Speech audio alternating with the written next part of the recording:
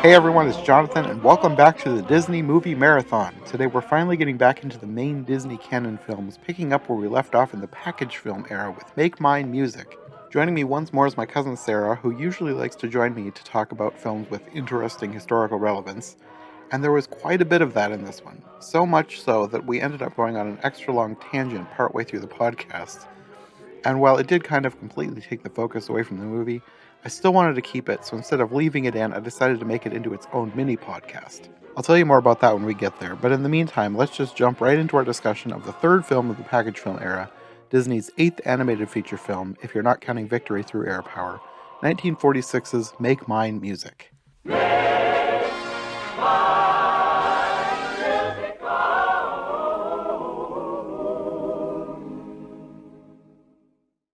Okay, Make Mine Music. It's actually one of 5 Disney movies that I had never seen. I kind of was sort of planning on just waiting to watch them until I did podcasts on them. I hadn't seen it either. So this is sort of a Fantasia-esque film in that it's all music. Like, the point of this is they wanted to make another musical film, and it's during the wartime. Well, and it was released in 46, though, wasn't it? it was made during the wartime. Made during the war. They're trying to save money, basically. The studio is in kind of dire straits. The war did help with money from the government to make, I guess, propaganda. Plus the money from the Three Caballeros and Saludos Amigos. That helped. But the studio is still not doing amazing. So they're trying to save money by putting together shorts and making feature packages. This is usually called the package film era, or they call the war era the package film era, and it basically comes in between the first section of Disney's well-known films and the second section of Disney's well-known films. And these are kind of forgotten about, and when you watch them, you kind of can see why.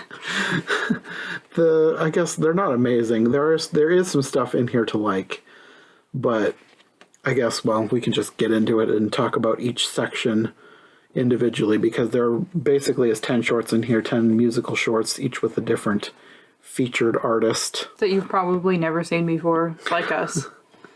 Yeah, and the first section in this film, most people, at least in the US, haven't seen, because the US video release cut out the first short, which is called The Martins and the Coys, apparently for gun violence.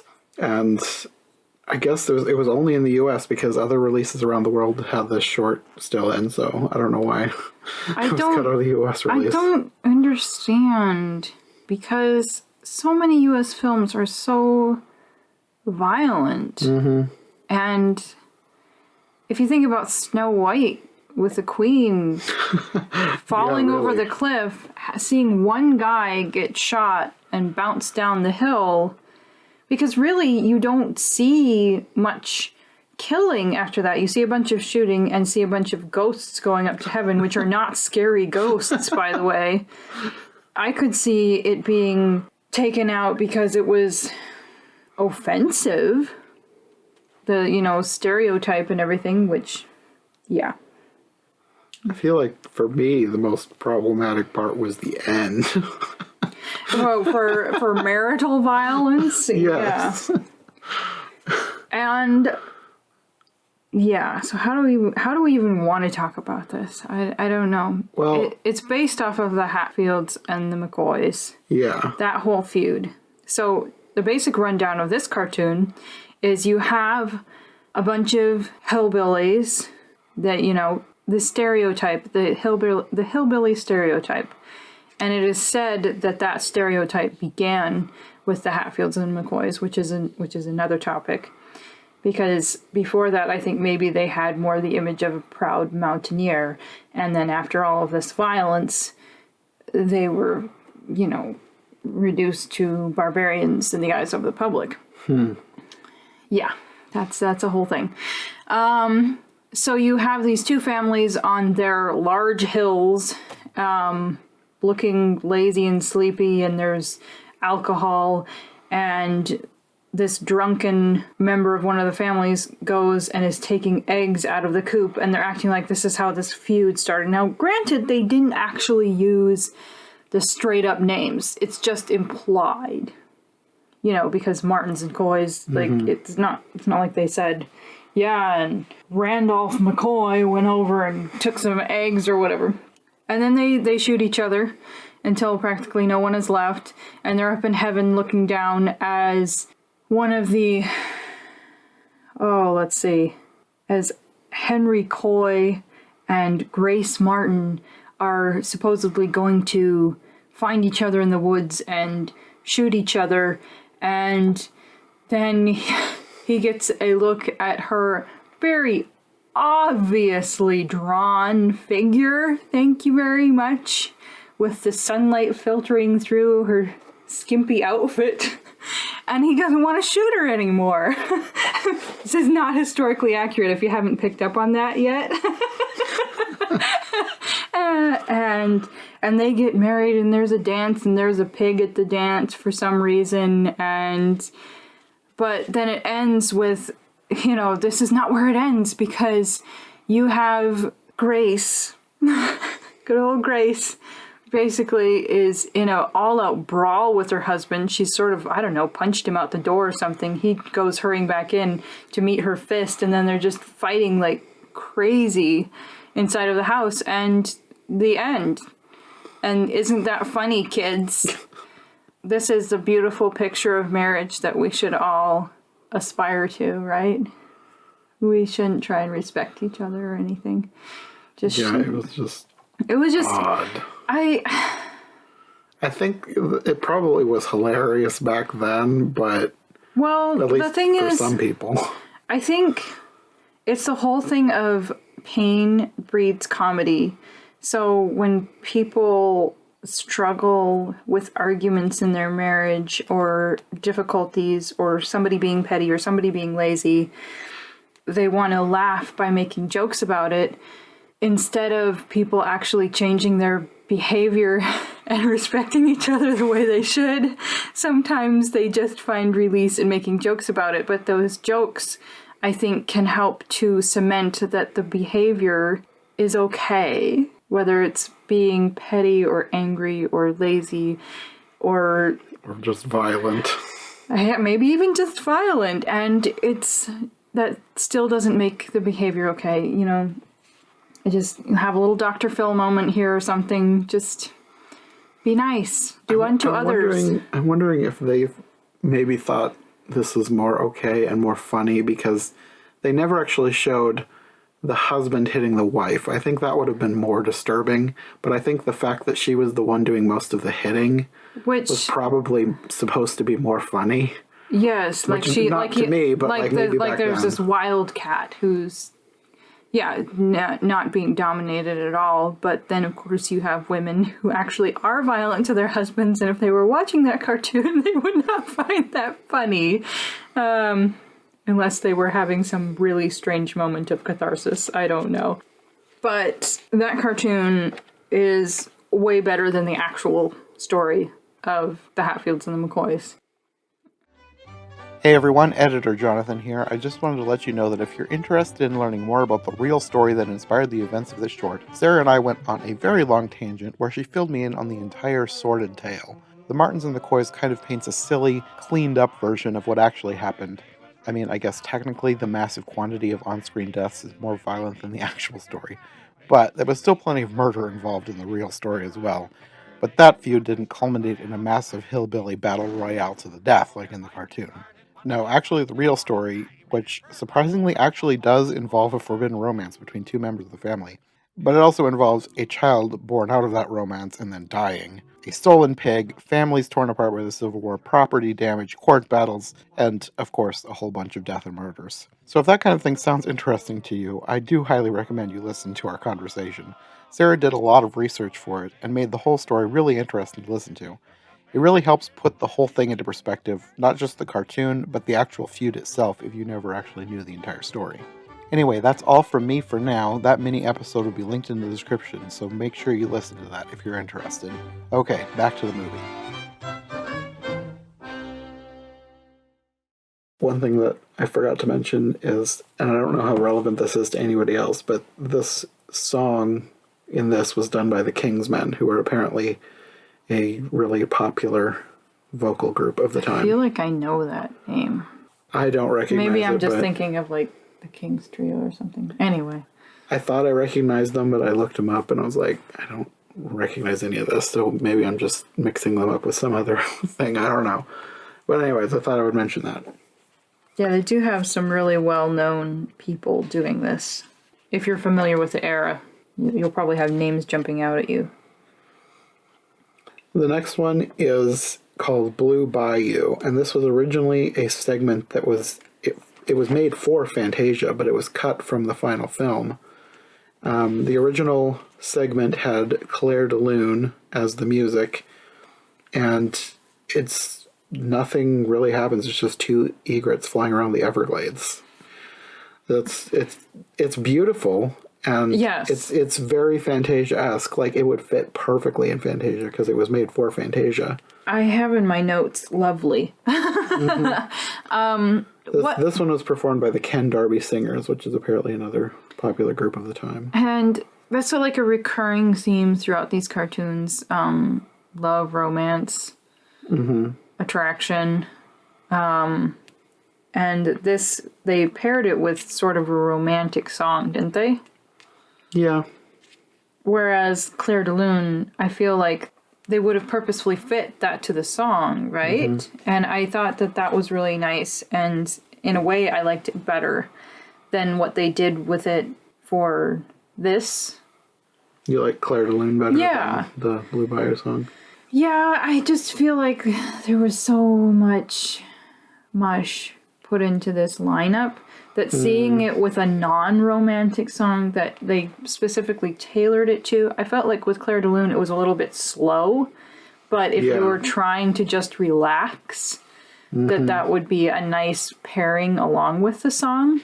Yeah. That was my thought too. I felt like the Claire de Lune version was a lot slower than the Blue Bayou version. I feel like they almost needed a little bit more going on in the cartoon, which it was still lovely, but I don't know, they needed some flowers or an alligator or something. I don't know. But it was lovely just the way it was. It's... Yeah, I think I prefer the Claire de Lune version as well.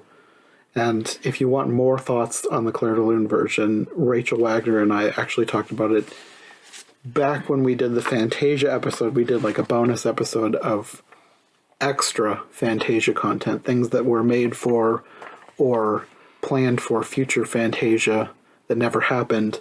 And this was part of it because it was cut from a Fantasia film. So if you want to check out that episode, you'll have more thoughts on the Claire de Lune version. So how old do you think the cartoon itself was when they pieced it into? Well, probably at least 6 years, but I'm going to guess older than that. Which to me makes it even more interesting, I think. Yeah. I'm glad that they were able to make something with it. And actually have people see it. Yeah. But I do prefer it as a standalone, just with Claire de Lune, just because I really like Fantasia and that it feels so very Fantasia. Just the art style and the music. I really liked it. And why did they line it up the way they did to have this really soothing thing right after this? I don't know. That's one of my main criticisms about this movie is how disjointed it is. It's like super random. You've got this one thing with like Looney Tunes levels of gun violence, and then you've got this nice, quiet, soft Blue Bayou, and then you jump to a jazz number, and then there's a more quiet, softness. Well, you're already like showing a pattern of loud, soft, but yeah, it kind of are they is just that. Trying to appeal to different people in the audience, maybe? Maybe, but I feel like they could have done a better job of tying it together. I mean, they're tying it together with the theme of music. Like, it's all music of the time, but...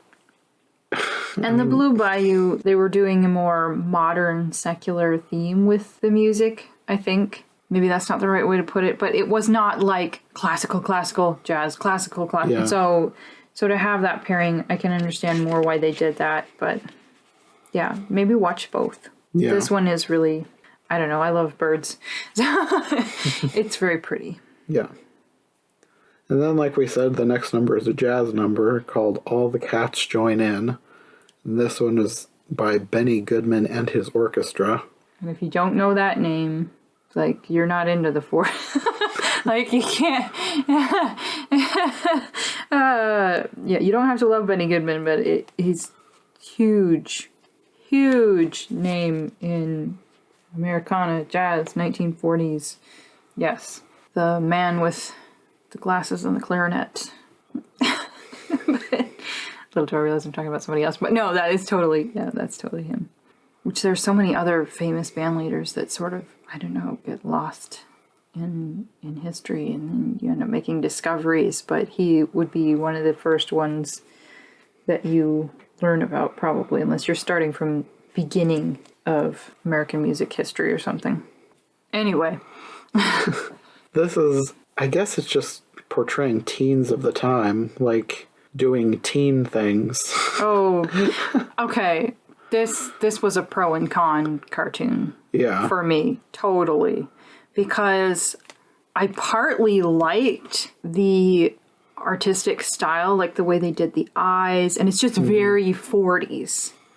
But, where do I go with this? You remember when we had our whole ramble about that guy who did the studio tour, and he was just kind of a creeper? Yeah. This has a little bit of that, because I feel like they purposefully wanted to illustrate a bathing scene with a teenage girl. And maybe I'm overthinking that, but I feel like the allure of the feminine figure was like I want to draw this, and There was a little bit in the Martins and McCoys too, probably by the same people. Like, there were some wolves at the studio. And and a lot of people aren't going to care, but I didn't appreciate it. I felt like they overemphasized it. I can understand more if, like, it would seem more normal, like they weren't trying to do anything if she's just like in there sudsing up and then she's hopping out the door or whatever, but they lingered like a split second longer than they needed to. More than a split second. Like, she's dancing around with towel that's not fully covering her and just different, it's like, you're trying to make this look cute and jazzy. It's like, I have your number. You're not fooling me. Anyway, her boyfriend or whoever wants her to come down to the malt shop, and they're picking up all their friends. And you had a part where you just burst out laughing because you have all these people in the car, and all of a sudden they slow way down because there's a cop, and then they're speeding up again. It really is, shower aside, it's a good picture into a slight, tiny pinhole picture into youth culture of the 1940s, having a good time. Friends getting together to dance and eat gigantic ice creams and whatnot at the malt shop. And it's a good, aside from one of them throwing one of the guys around, which is probably not too accurate, it's a fairly good cartoon portrayal of swing dancing. It's just supposed to be fun. I also did not appreciate. Here's another thing. I bet it's going to be the one thing I wrote down too. The one where she was drawn wrong. The eraser scene. Yes. I'm glad that you're not happy with that either. What did you put? Because I want to know. I just wrote eraser with a little face. So you have this young man. The girl is drawn wrong, and her bottom is disproportionate, which, may I point out, some men would be very happy that her bottom was disproportionate. I'm not sure if that's inappropriate to say or not. But, you get all types. But you have this teenage boy with this girl. Her bum's too big, okay? For the top half of her body. But there's not, like, she's ugly or anything. It's just like she's supposedly been drawn wrong. And he's over there yawning. And then she points out to the artist or whatever that her bum is wrong, and he redraws her, and then all of a sudden the teenage boy is interested. Because that's how you build proper relationships. It is about how lust-worthy your figure is, not about who you are on the inside, right? Right. Let's teach that to the young people. But what gets me too is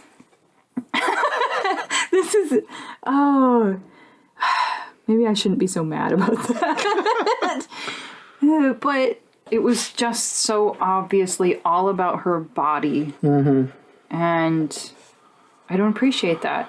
And what's kind of funny is in these cartoons, when they are illustrating middle-aged older people, all those rules go out the window. Like, I don't know what size all of these people are, but it's like you have this tiny window of youth where you're supposed to be absolutely perfect, and after that, meh. That is true. That's an aspect of it I didn't even think about. Because you remember, like, with the one with the operatic whale? The women in the audience, they're not little stick figures. No. And the professor on there is not a little stick figure. So it's interesting. People are interesting. Just everybody take care of yourselves and be kind to others. Your PSA. And yeah. The shallowness of youth culture. Also, another shallow thing, but also historically interesting that I picked up on was they're all jiving in their malt shop, and you have this guy in a red and white striped jacket singing and playing the ukulele, and he is shown the door. When you see this, recognize that they're basically kicking what would have been typical in their parents' generation in the 1920s out, like the ukulele era would have been basically, the height would have probably been the 20s. I think that is totally a 20s stereotype, and it probably wasn't jiving enough for them. And yeah, so that's interesting. It'd be like teens today thinking that music from the 90s is too old-fashioned. Wow. But to me, like, the sound, I don't know. I guess it would depend on what genre you were comparing to what. Probably just regular pop music. Which, like, how much is that? I guess if you had, like, the little record sound, that little, what do you call that? A record scratch? Probably. From the 90s, and it's like, oh, that's not cool anymore.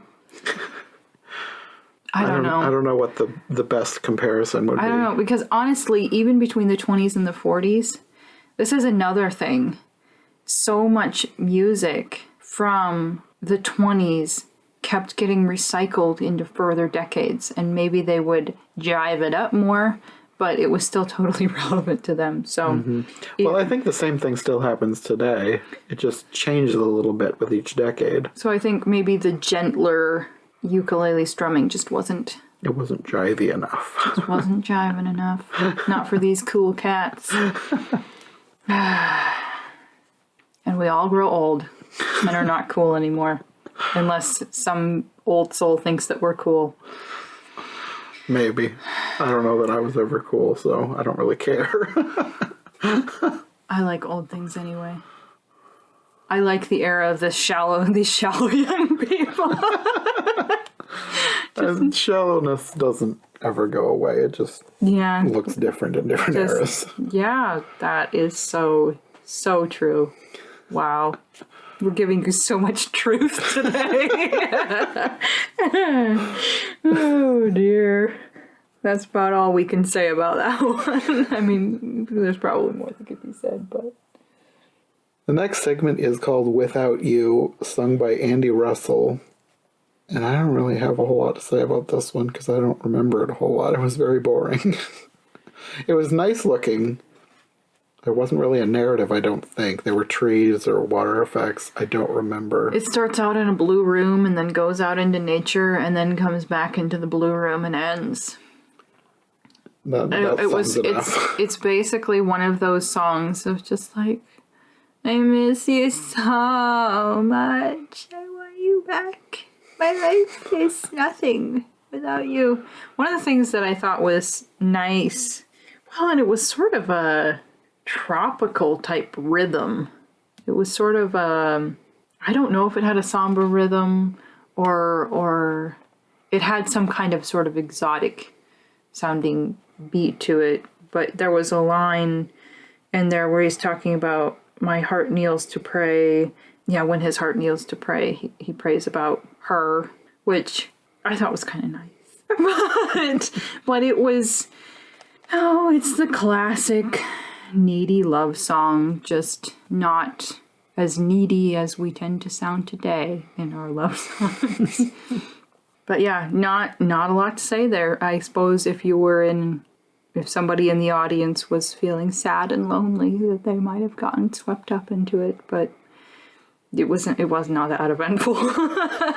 Yeah, no. I feel like this would have been more in place instead of out of place if you were paring it down to the slower songs and made a movie with the slower songs, because it feels, I guess it adds to the disjointedness because it comes after all the cats join in and then it's before another frantic cartoon.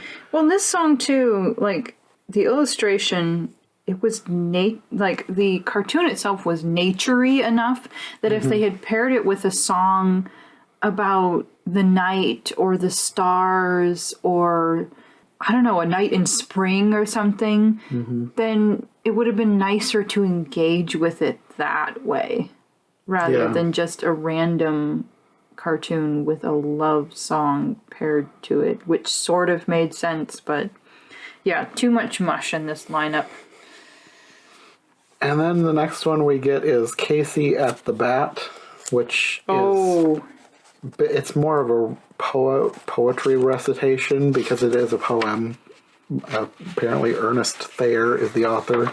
I'd heard of this poem. I knew it was a thing. I probably like the poem better than if I was just reading it. Yes, because I mean I don't know the poem, but I recognize different segments of it, and it seems a lot quieter and more thoughtful than this cartoon was.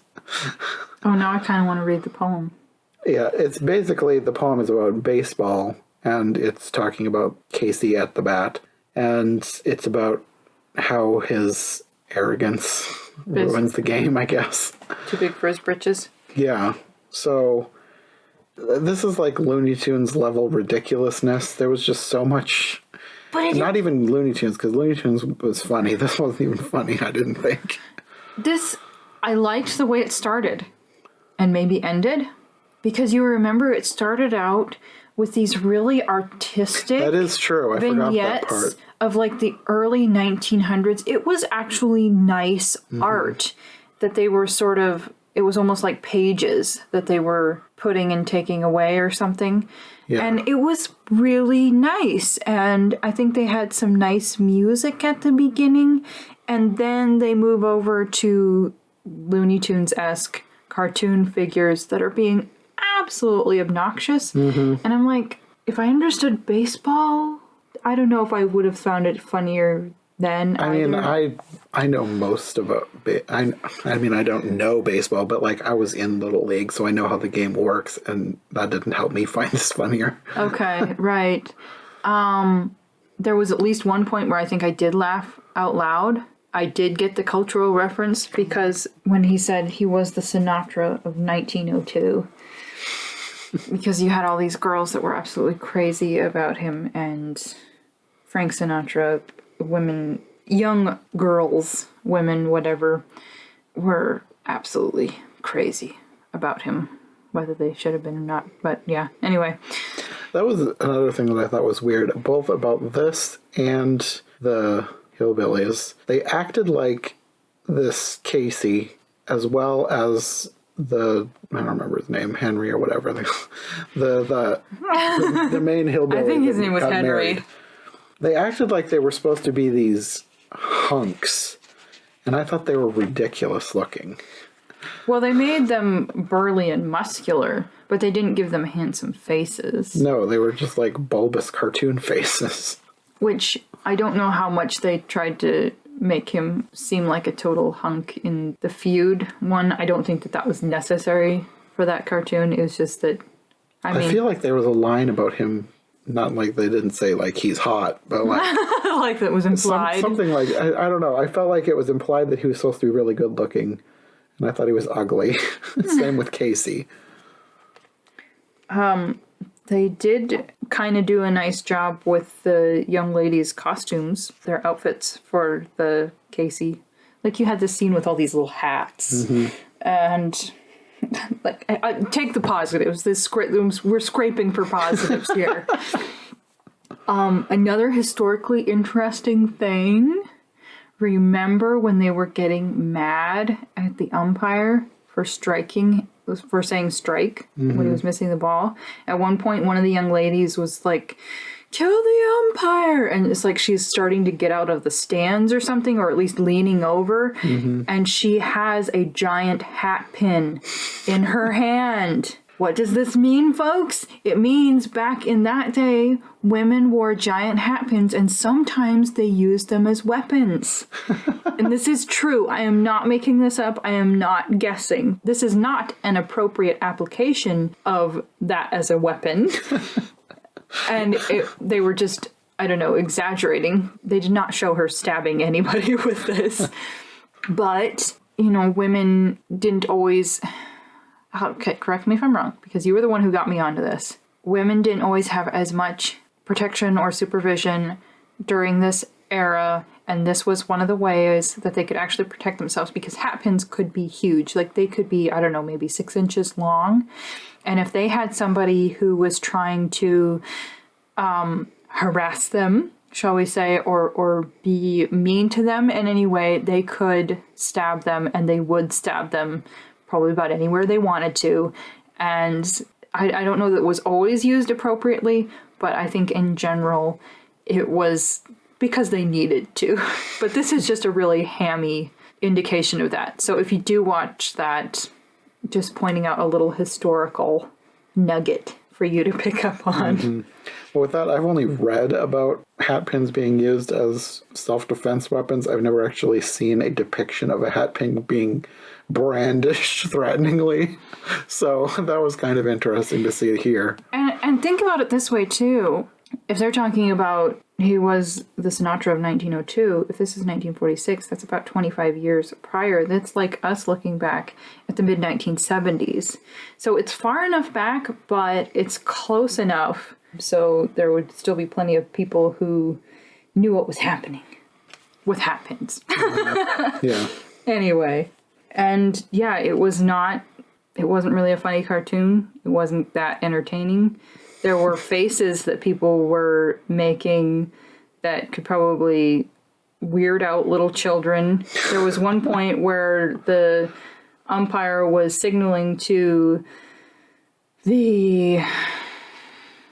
what's that guy? The pitcher? Yes. There was one point where the umpire was signaling to the pitcher, and his fingers literally went into a braid with a ribbon at the end. Which, yeah, that's weird. Yeah. But there was a lot of weirdness with these baseball players. Like, the faces they were making, I think it was supposed to be funny, but it was just, like, ghoulish.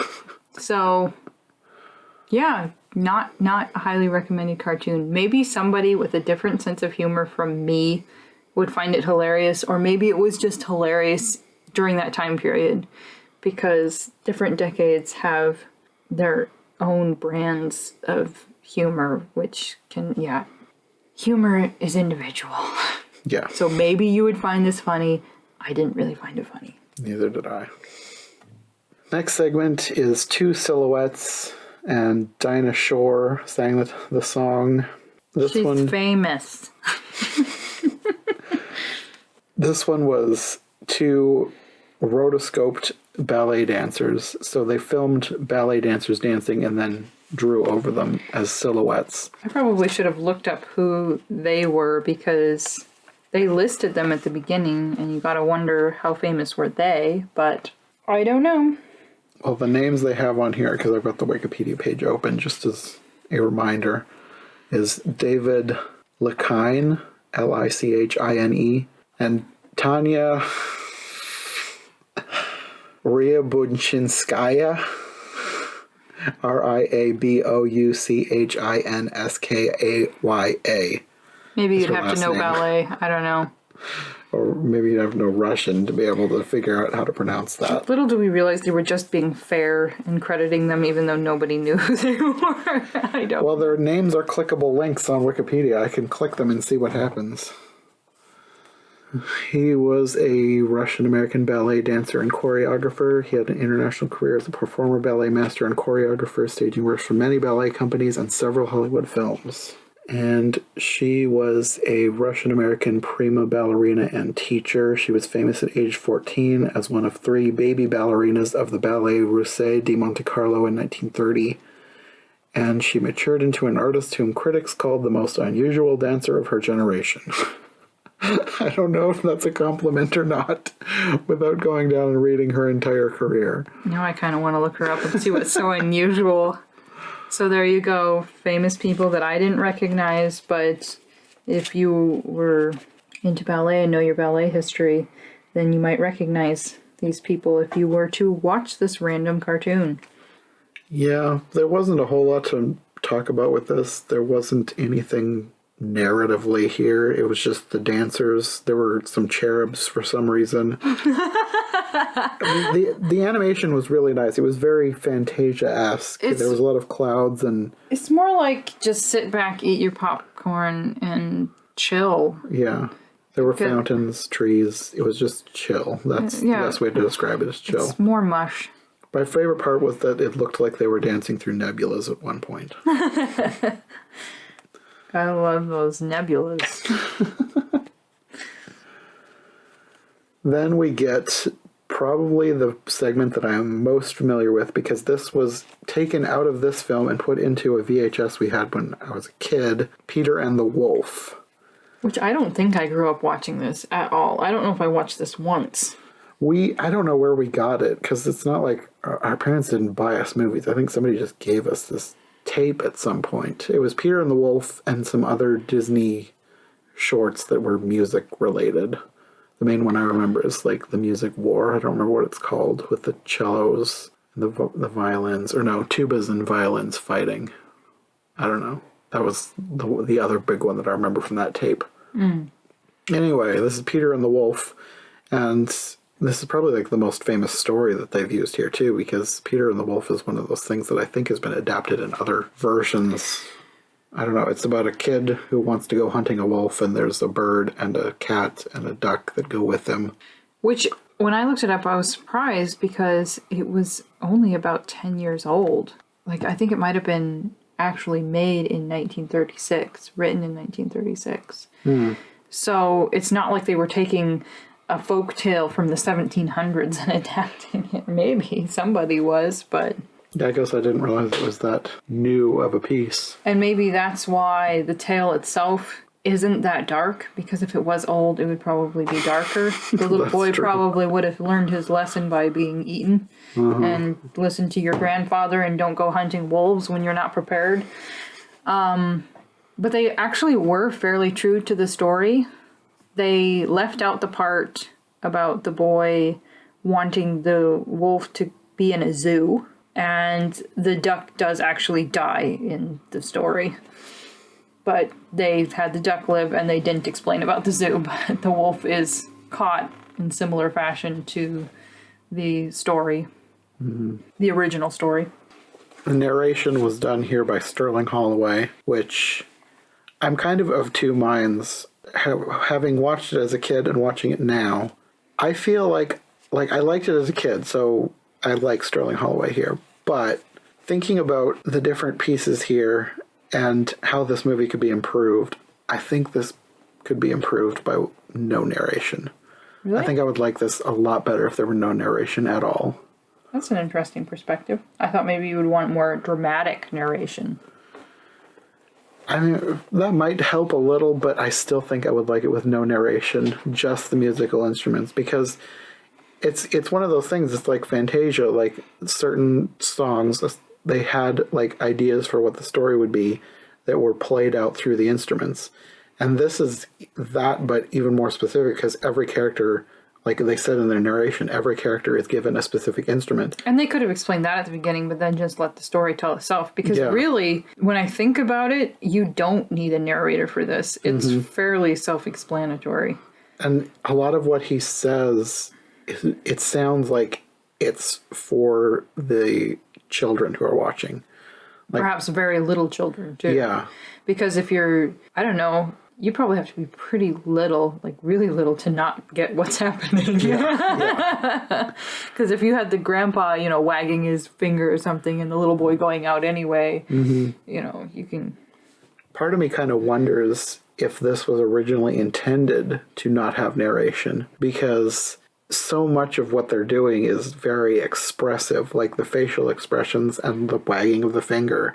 It's like everything is told through the visuals. So I'm wondering if the narration was kind of an afterthought. I don't know. Jinx. I do want to say a word for the wolves, because they made this wolf so ugly and evil looking. It was... Yeah, I mean, the birds were wearing hats. I guess there's only so much I can throw. But they just exaggerated so much. And in the end, the wolf was powerless. So, yeah, really. The wolf had so many opportunities to eat all of them, and he was just so slow. And in real life, he probably would have been ripping that duck apart while the little boy was trying to run off, crying home. If he wasn't eating the boy first, because frankly, the boy had more meat on him. But the duck might have worked. No, this is definitely not an old school fairy tale, because the fairy tale would have taught you that little boys do not go hunting wolves. But yeah. Yeah, that is true. They really should have had the grandpa rescue him out of that tree. Yeah. No, the fact that I didn't remember how the thing ended, so I was kind of surprised that they had Peter actually win in the end, like catching the wolf. I thought that he was going to have to be rescued by those hunters. Reality is, wolves are sometimes creepy looking, sometimes beautiful. They can be scabby looking. They can also be majestic. But they're valuable creatures. They're beautiful creatures. And they're powerful creatures that need to be respected. So don't take life lessons from Peter and the Wolf. Don't go try and live with wolves, okay? Somebody out there may be getting ideas. Just don't do it. Don't be like those people. I'm gonna go live with bears, and I'm gonna go live with wolves. What could go wrong? We're gonna fight for the food.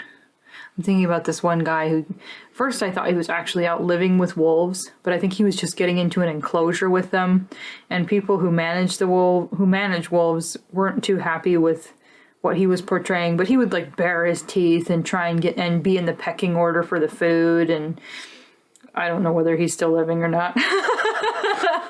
He probably is.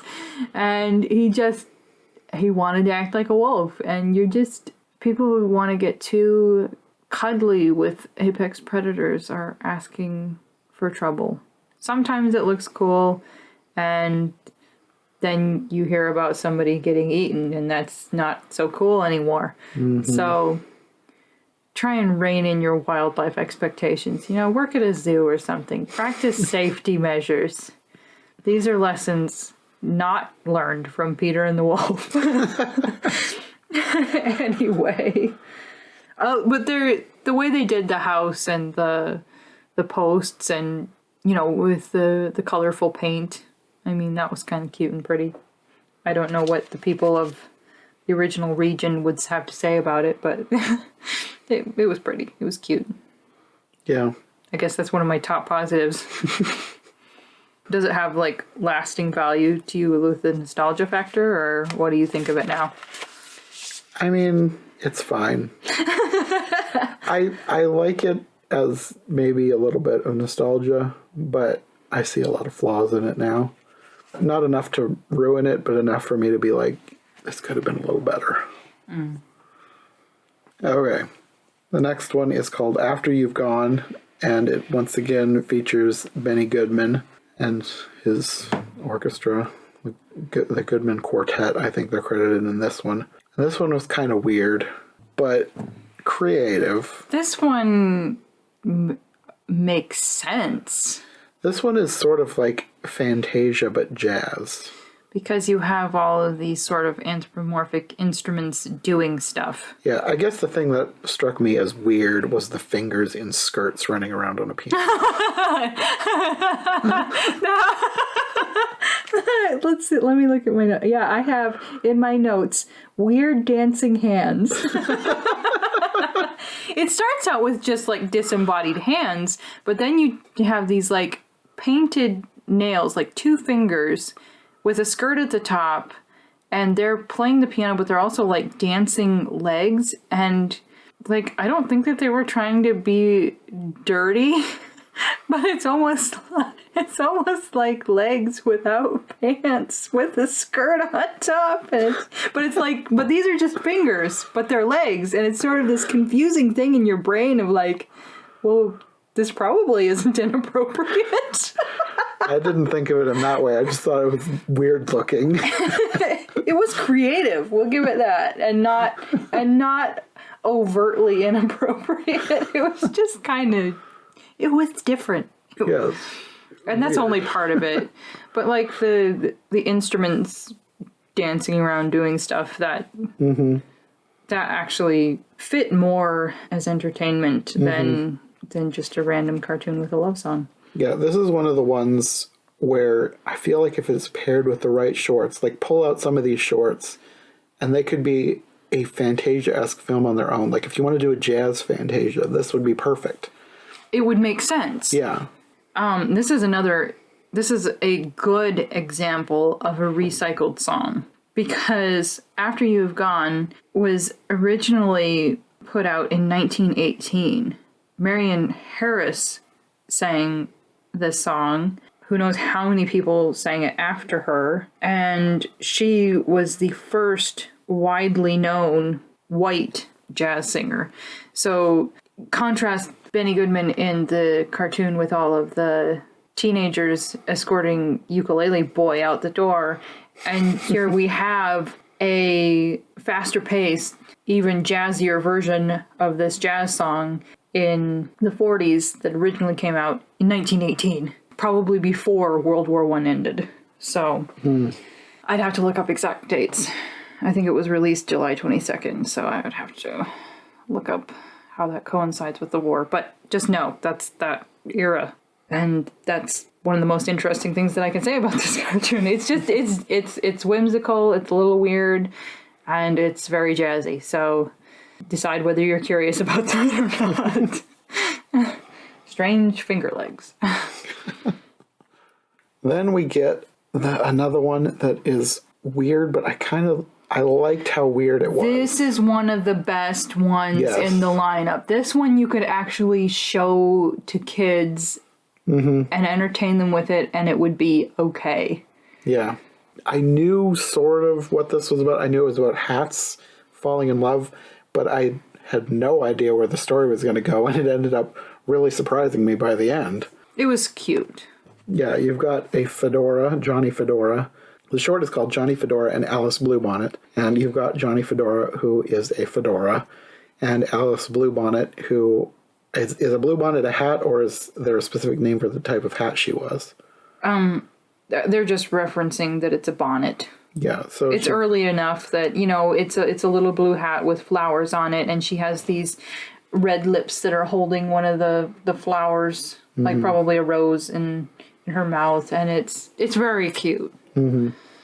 So they live in a store department window, and they're in love, but Alice gets sold, and Johnny is devoted to finding her. Johnny, like, he gets bought later, but like it's his life's mission to find her again. He eventually loses the guy that bought him. He ends up like because he was trying to get to her because he's, I think, spotted her in a crowd and flies off of the guy's head, and he doesn't get his hat back, and then he gets picked up by a hobo and he ends up in a bar, and it's a total mess. Like, this gets dark for Johnny Fedora. It's like a combination of what am I thinking of? Evangeline and what am I thinking of? That one horse book. I've got to think of this. This is going to bug me now. It's not National Velvet. It's not The Black Stallion. It's... what's the other horse book? The really sad one. Black Beauty? Yes. This is like a combination of Evangeline and Black Beauty. It has lacings, only it's cute and fluffier than that. But if you think about it, yeah, don't think about that too deeply. That's me. That's making like obscure references or something. Anyway.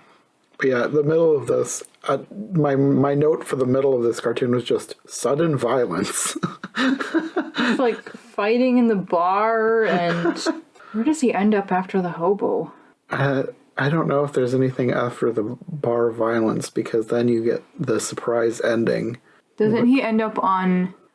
kind of on the docks or something? And I don't know. He was fighting the gutter. Fighting going down the gutter. Yeah. And eventually he's picked up by somebody who cuts holes in him. He ends up as a hat for a horse, because they cut holes for the horse's ears. And it turns out the horse next to this horse is wearing Alice Bluebonnet. Yeah, he didn't mind because Alice Bluebonnet was right next to him. So they managed to make this a surprise ending. Yeah. And then they just lived happily for a long time, I think is what they sang, which is more realistic. It shows them on the horses' heads. Yeah.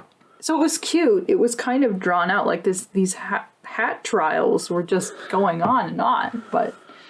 The one thing that stood out to me was this reminded me of the Pixar short with the umbrellas. I can't think of the name of it right now. But the two umbrellas, did you ever see that with the red umbrella and the blue umbrella that were in love? I don't think so. And they get separated and they have to find each other. This reminded me of a couple other old cartoons, like the one with Susie the car and the one with the old house that's dealing with all the changes around it. I feel like this would group well into that category, but you hadn't seen those ones. But they're these things getting older and going through trials and different owners, and so I feel like it's in a similar vein, but they did actually manage to make it surprising. Mm-hmm. And it was cute and sweet. But no, I don't think I've seen that short. I can't remember which movie it was attached to. Anyways, one thing we didn't mention was the Andrews sisters were the vocals on this one. They basically sang the whole story. It was really good. I liked it. This is their heyday. The 40s are the Andrews sisters' heyday. If you don't know who they are, my goodness. Are you living under a 2020 rock? I feel like even if people aren't familiar with the music of that era, they still know the name. Okay, because I don't know where people... Because of my perspective, I don't necessarily know who all knows about the Andrews sisters and who doesn't. You know. Are they the ones who did Sandman? No, that was the Chordettes. Okay. And that's like 10 years later. I feel like there was a song that the Andrews sisters did that was like really popular recently, like people making remixes. Little do I realize they were the originals, which they were actually inspired by, I believe, the Boswell sisters. You know, they weren't the first female group. And their names were Laverne, Patty, and Maxine. Patty was the youngest, and she was the lead singer. And the wartime was really their heyday. They sang songs like Boogie Woogie Bugle Boy and Oh Johnny, and they did a remake of probably a 1918 song called Apple Blossom Time and changed the tempo on it, and it was it was like a tearjerker with the troops because it's talking about getting married in the springtime, and it's like yeah, they did the song, well, I think they did a version of A Tisket a Tasket, and Rum and Coca-Cola, and Round Her Neck She Wore a Yellow Ribbon. They just, yeah, the wartime was their time, and they would pair up with Bing Crosby, who, of course, was huge. It's very popular for decades, but the wartime was definitely one of his peak times. So very, very important. Even if a person doesn't listen to their music, they are very historically important for that era. They would have influenced troops and encouraged troops. And yeah. Patty had so much energy. She's one of those people where it's just radiating out of her as she was entertaining. You know, they did movies and... Mm-hmm. Yeah. I think their music is still used in movies today. I think that's one reason why they've kind of lived on. Like, people still know who they are. I can tell you one in The Lion, the Witch, and the Wardrobe, the Narnia movie. They used Oh Johnny. So, but that's set during the war, so that makes sense. Mm-hmm. But anyway, yeah, that's one of the most significant things about this cartoon is that they sang in it. So, but it's cute, even if you don't know who they are. Yeah. Then we come to the finale. The whale who wanted to sing at the Met. Whale of a finale. A messed up cartoon, man. Messed up. They tell you at the beginning that it's a tragedy, so... Which apparently I didn't retain.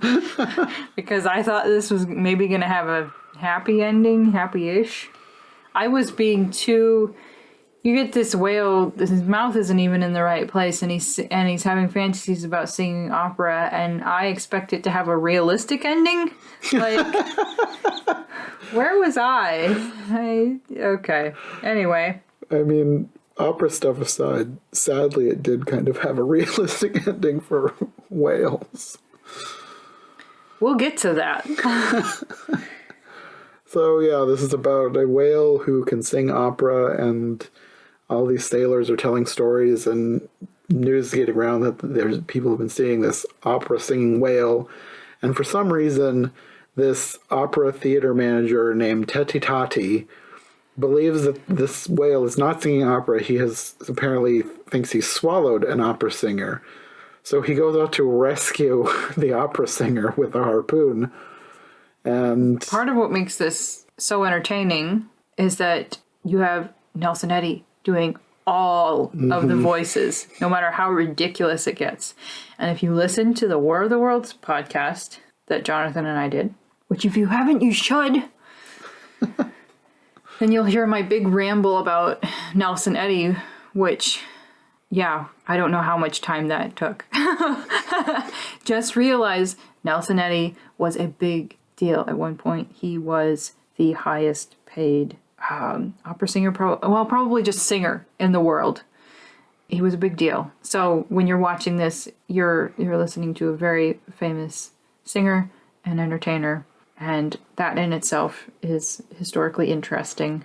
But he also did a really good job. Mm-hmm. And he was good at being hammy. Mm-hmm. Like when he was doing that female opera singer.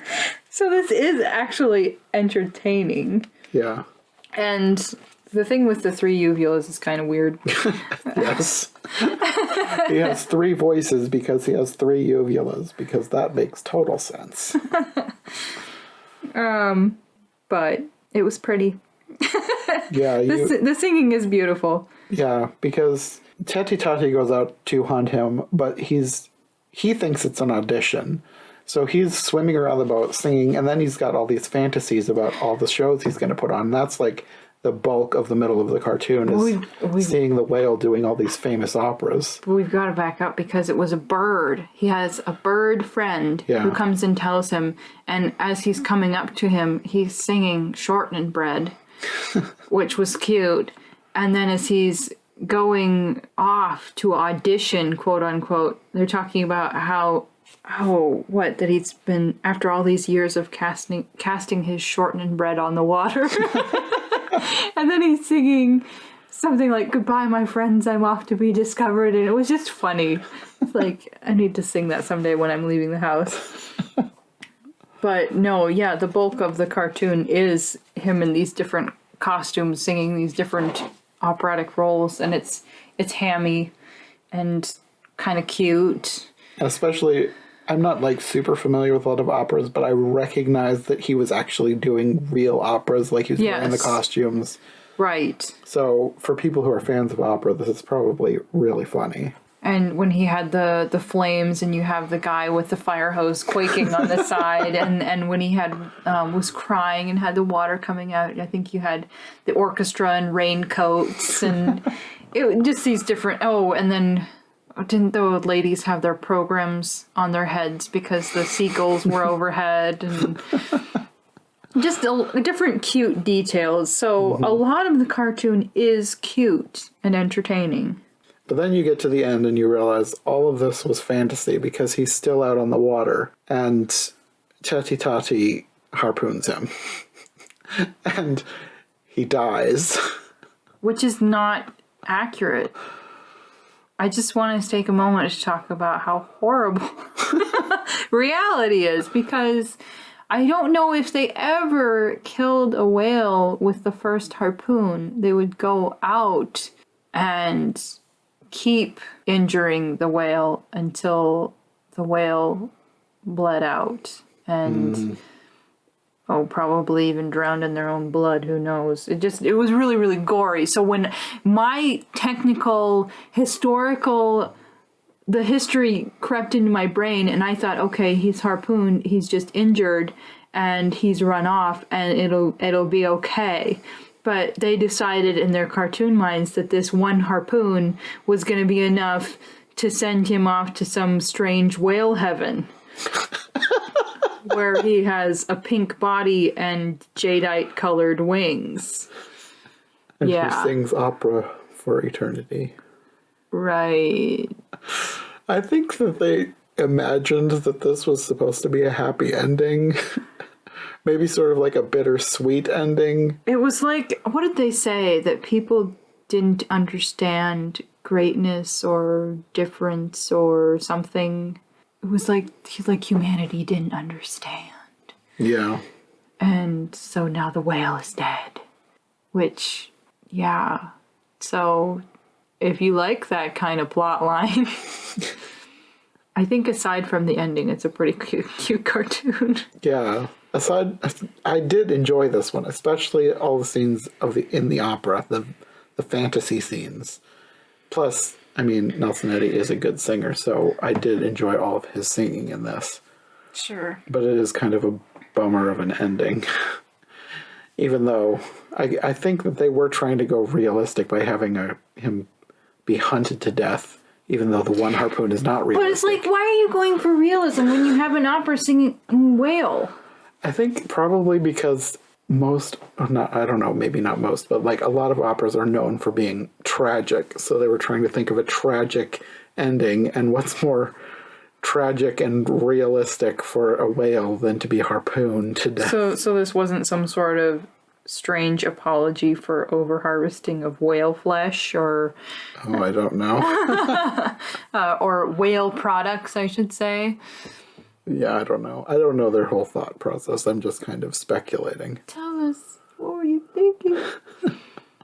Yeah, okay. So decide whether that's for you or not, but it has its good side and its bad side. Yeah, that's pretty much this whole movie. Yeah, I don't know how much of this I would ever revisit. I could see if I wanted to relax to the Claire de Lune version of that one cartoon. But you can find that on YouTube by itself. So. And the hat one is cute, but it's not like, I don't know how much I would seek it out unless I was trying to entertain children with something clean and nice. Definitely not the baseball one. Yeah, most of these just aren't really ones that I would purposefully revisit unless I needed something historical or something out of them. Yeah, I guess I find the whole thing is interesting from a historical perspective. But not nearly as interesting as like the South American ones that we were watching. Yeah, no. Plus, those, I feel like they were a more cohesive package. Sure. Like I said earlier, this is just all over the place tonally. Like they're just trying to get by, and Yeah. that's coming through.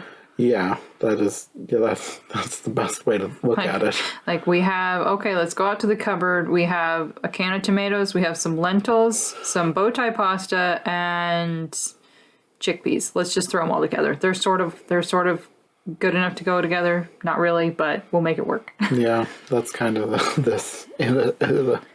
yeah.